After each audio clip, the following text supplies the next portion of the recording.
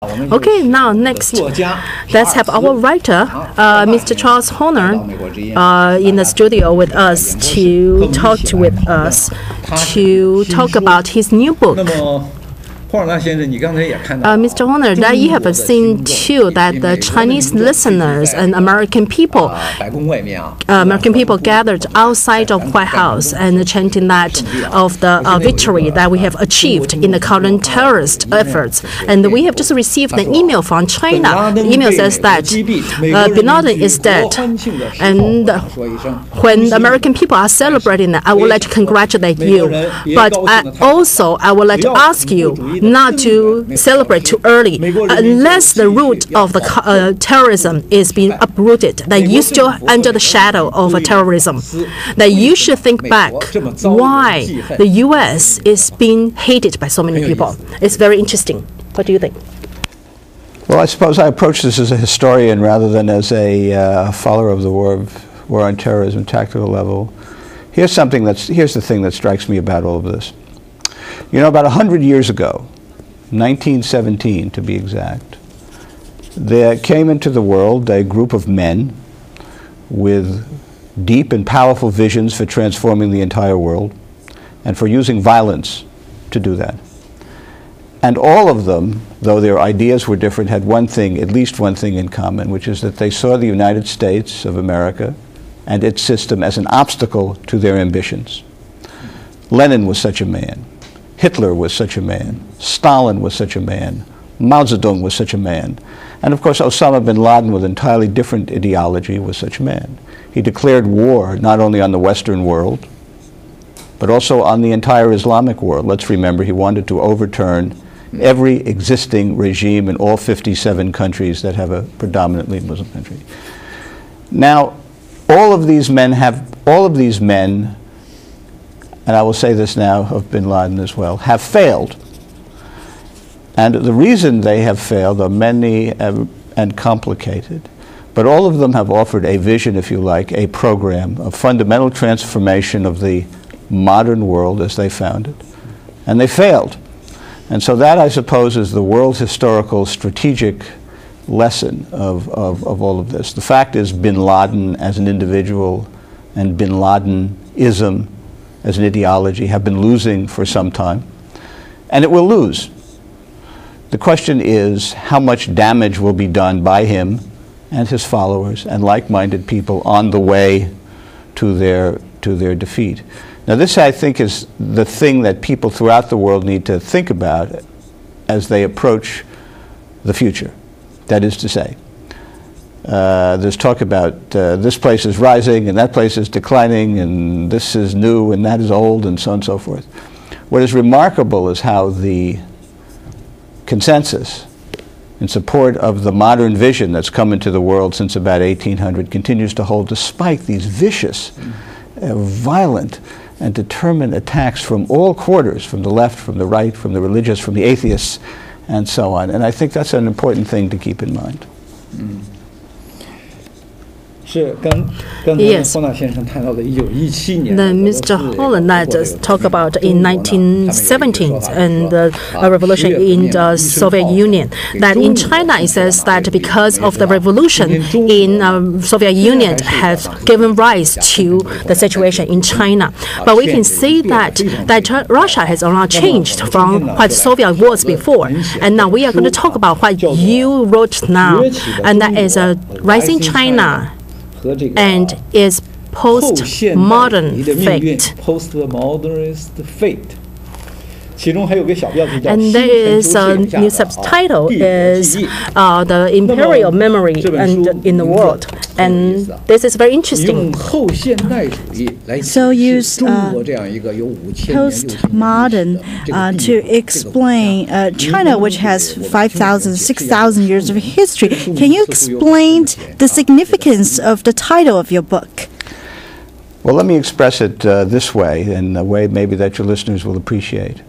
In a few months, in October, Chinese-speaking people and Chinese people throughout the entire world will mark and celebrate what they will call the Xinhai革命, or the Wuchang Uprising of 1911, which led to the collapse of the Qing dynasty, which turned out to be the last imperial dynasty.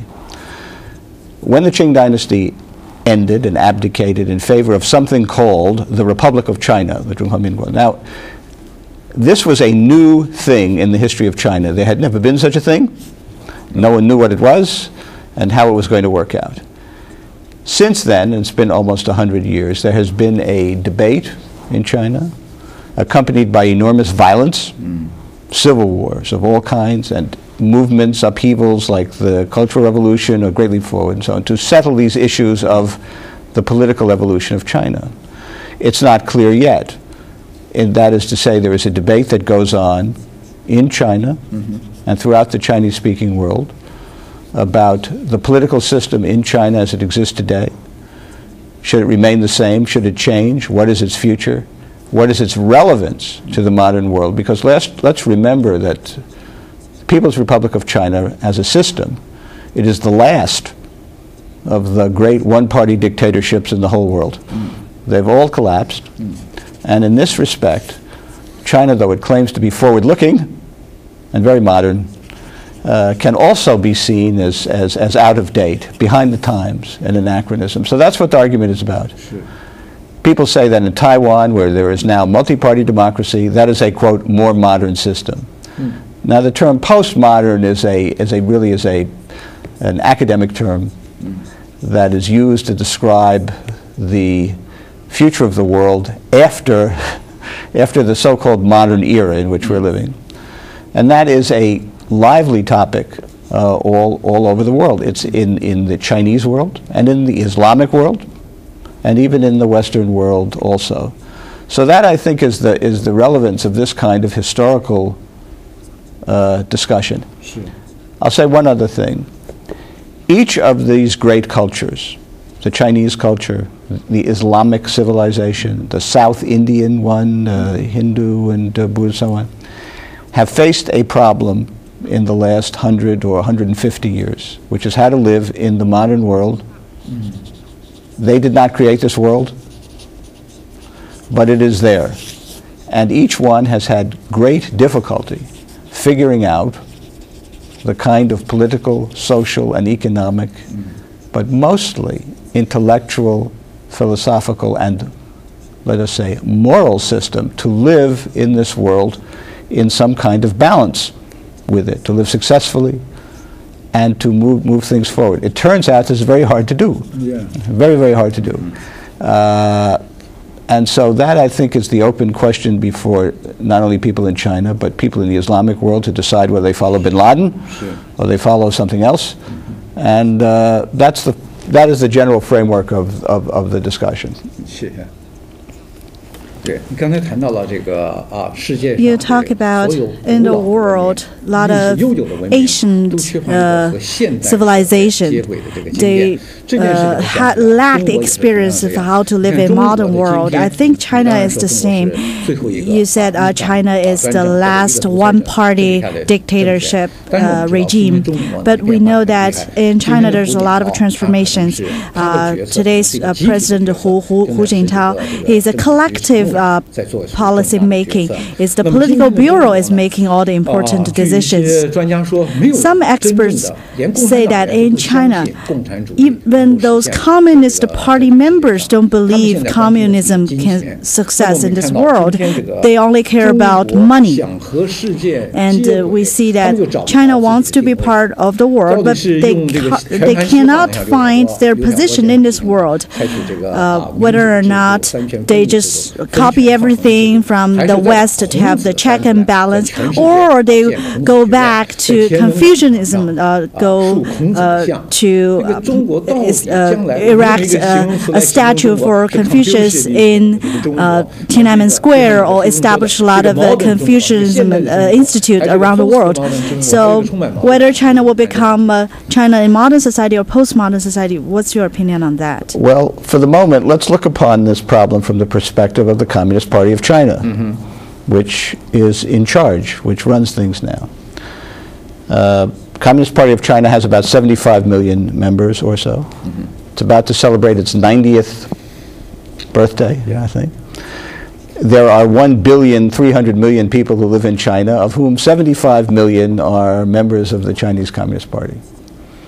Now, the Chinese Communist Party's constitution, when you read it, says that this party, this group of 75 million people, is in possession of all manner of scientific truth and profound insight into how the country should develop. And therefore, it is on that basis that the party exercises its dictatorship. Now, inside the party, you see, for those of us who are outside, it's hard to understand what's going on. On the one hand, Premier One calls for reform. On the other hand, people who advocate rule of law and democratization, like the Nobel Peace Prize winner Liu Xiaobo, are imprisoned. So it's hard to figure out which way this debate is going. Some weeks it seems as if it's going one way, and then some weeks it seems that it is going another way. What this suggests to me is that this Communist Party of China, which is what we call self-perpetuating, that is to say, it selects its own members. Yeah. It's like a board of directors. It keeps creating its own successors, and no one else allowed to participate in it. Is itself divided and uncertain and confused. This is understandable.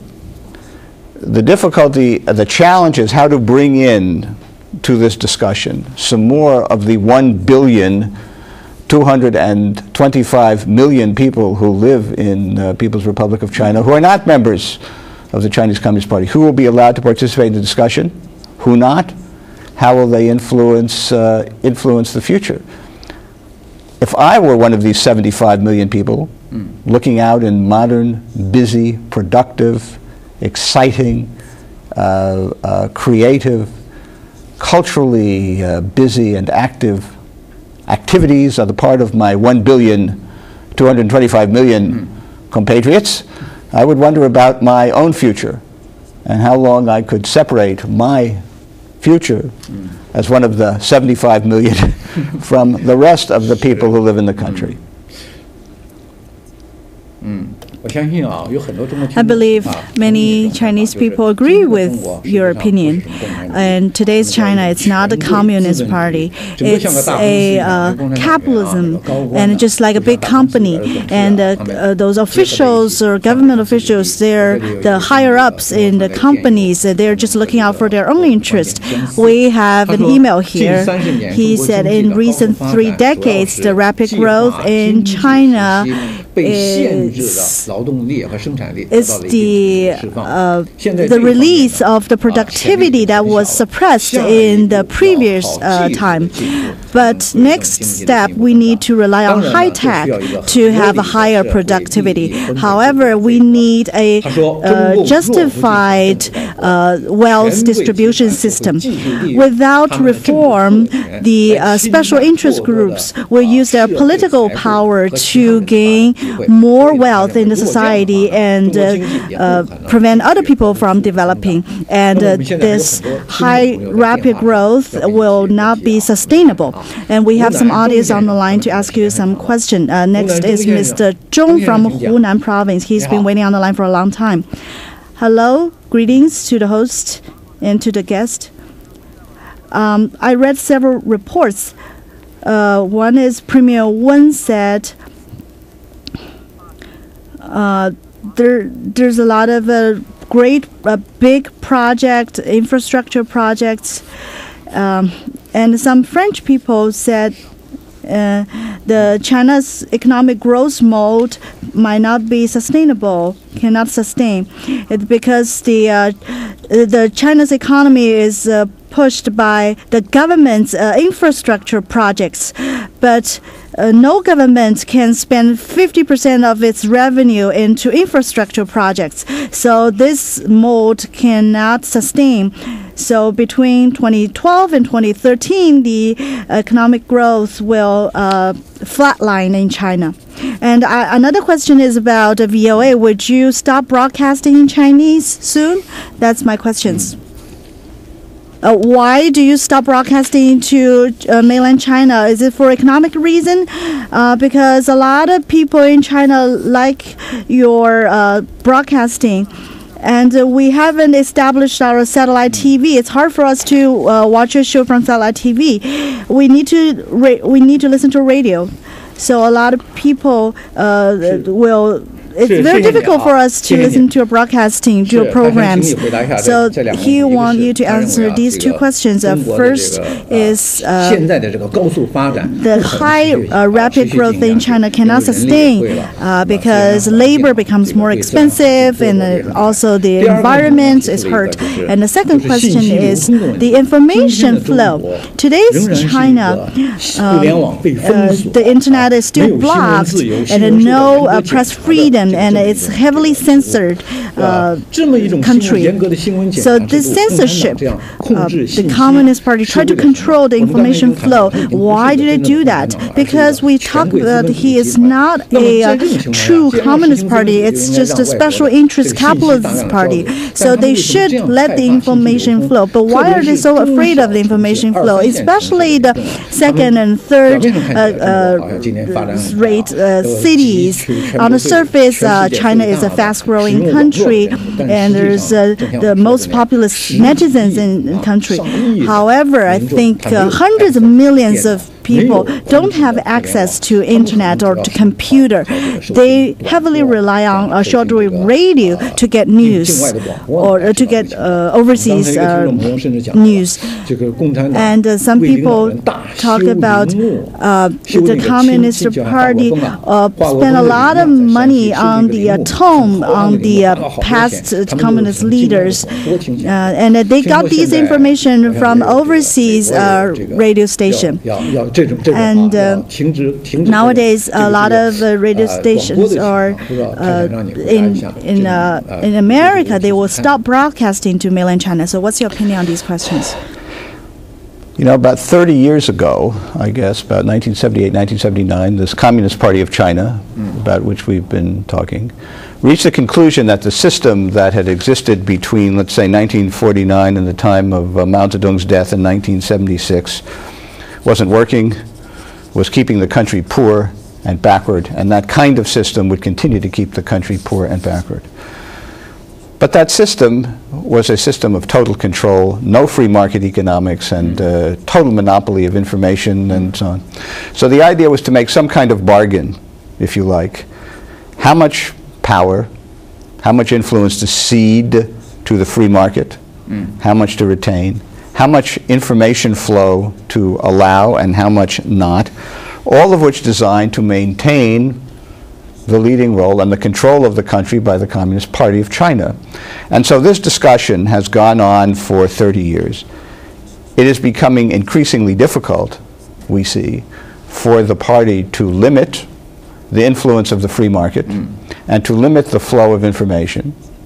It wants the benefits of market economics, it wants the benefits of it, but it doesn't, it worries a lot about what is going to. So that is once again the question about how is this to be resolved. So at the same time that there is enormous pride by the party in the achievements of China these past 30 years, there is a palpable fear that in this process of rising, we'll call it that, economic development, in fact, the rule of the party is weakened. And so how are we to resolve this dilemma? They all like the fact that China is a rich, consequential, and important country with $3 trillion. They don't like the fact that they have to worry when 5 people get on the internet and say, let's have a Jasmine revolution, or if a single man like Liu Xiaobo wins the Nobel Peace Prize and is recognized for this, they immediately have to put him in prison because they don't know what the effects will be. Or if 10 people gather in the Tiananmen Square to hand out leaflets, they don't know what this means, and so they're afraid. The only way to overcome this fear is to abandon the idea that the party must maintain forever its monopoly on power. Now let me say one other thing about this, just sort of interesting, once again as a historian and not as a political commentator. The Kuomintang, when it moved to Taiwan, maintained a one-party dictatorship supported by martial law. In 1987, I think is the year, maybe it was 1989, I forget now, Jiang Jingguo, the son of Jiang Jieshi, announced They would give up their monopoly of power. They would open society. So they've had competitive elections since. Sometimes the Kuomintang wins. Sometimes it loses. Nothing terrible has happened. And so that is one way of doing this. Now, obviously, China is much larger than Taiwan. It would require a lot of work and so on. But at some point, the process toward a great political reform in China must begin. Otherwise, the current system, the current regime will collapse. I think everyone understands this. That is why the party keeps talking about reform on the one hand, even as it fights reform at the one and the same time. So this is a challenge, you see, requires great statesmen in the same way that Deng Xiaoping had a great and powerful vision for the transformation of the economic and social basis of the country. There must appear now in China a great leader who has the same vision and the same charismatic authority to do the same for the political system. Yes, that's right. That when we talk about the political reform, I believe that a lot of scholars, whether in China or in other countries, always talk about the benefit of economic reform, and they don't want to do anything about the political reform. Just like you said, they are afraid, and they have a fear. And now we have a question here from our listeners. He says, "Hello, guest. Now I'm quite puzzled by the exchange of power in China. It doesn't seem to be hanging from one generation to another generation, but it's controlled by a small group of people. It's not a family of power, but it's still within a few people. So is there such the model power in the history? What kind of dictatorship is this?" So it's a very good question, and there's a good question for you, a historian.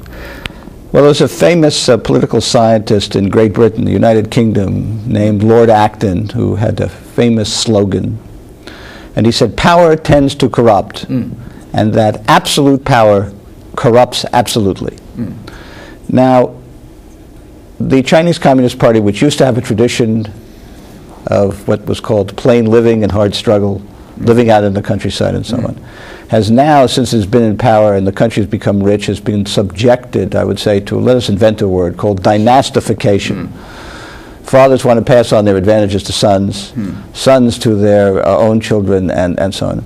This has been a common feature even of communist dictatorships. It's happened in North Korea, and we've seen it in other kinds of one-party dictatorships, as, for example, in Egypt and in Libya and in Iraq, where the Saddam Hussein family. So there it's a case of one family, and China is a case of many families. Toward the end of Kuomintang power in China in the late 40s, used to speak about the four families who controlled everything, and they were related to Jiang Jieshi in some way and to his wife in some way and so on, but the four families controlled it.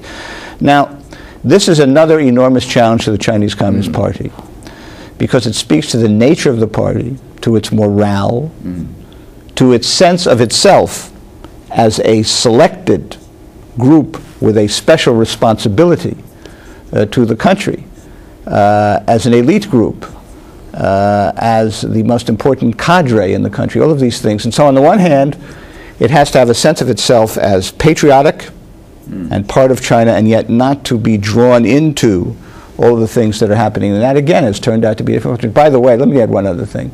One of your callers mentioned infrastructure.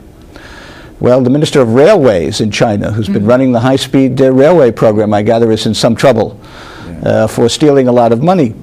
And that's one of the problems of accountability. People think dictatorship is efficient. It is not. It is inefficient. It creates instability, and it's an extremely wasteful system.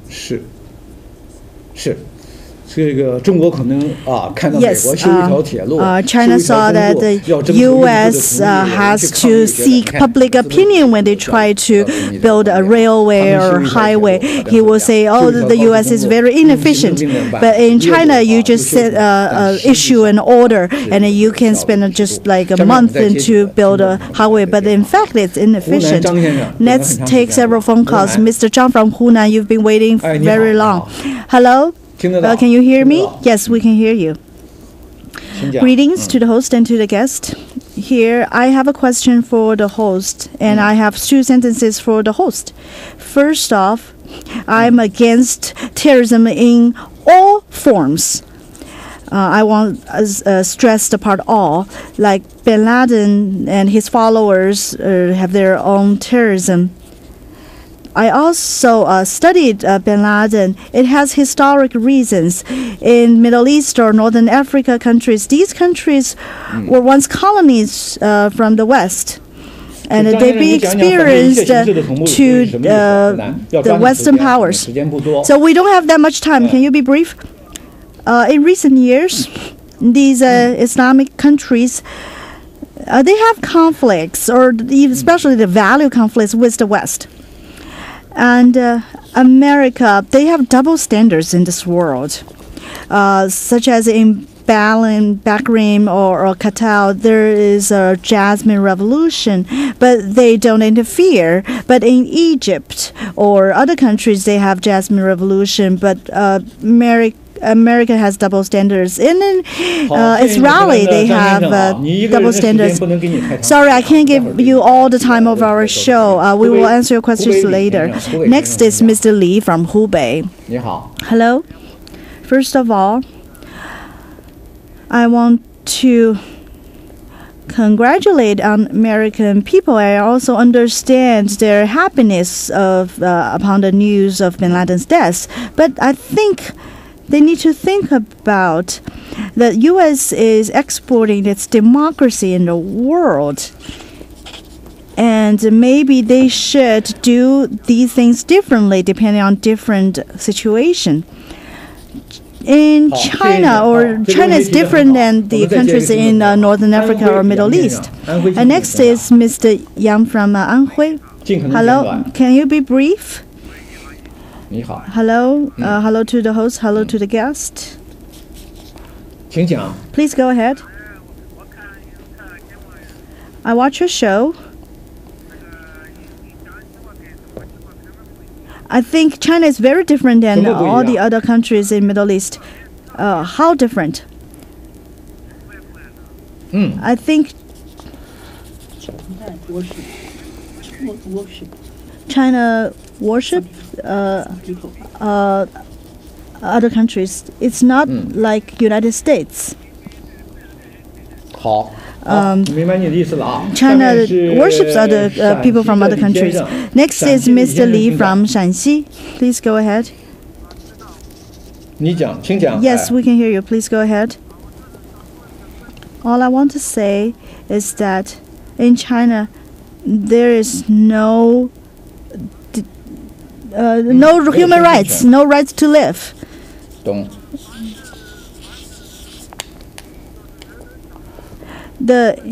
Any rights that people can enjoy are robbed by the Communist Party. Only 2% of the people control 98% of the population. Next is Mr. Hu from Shandong. Please go ahead.